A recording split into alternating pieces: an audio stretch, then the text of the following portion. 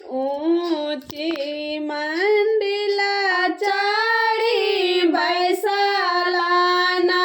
सीता बेटी रामा जी धैल घोड़ा के लगा हे ऊंची मंडिला चढ़ी बैसाला ना सीता बेटी रामा जी धैल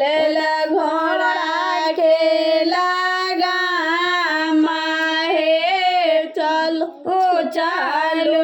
या हे धानी हमारो के गाँव की ओही घोला बादो काना हे चलो चलो या हे धानी हमारो के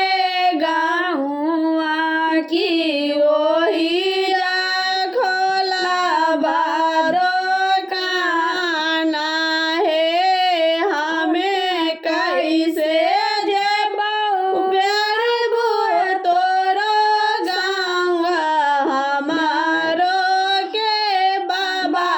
खोलल दुकाना हे हमें कैसे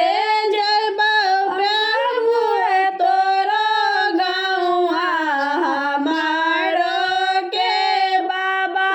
खोलल दुकाना हे ऊंची मंडला चढ़ी बैसाला ना सीता बेटी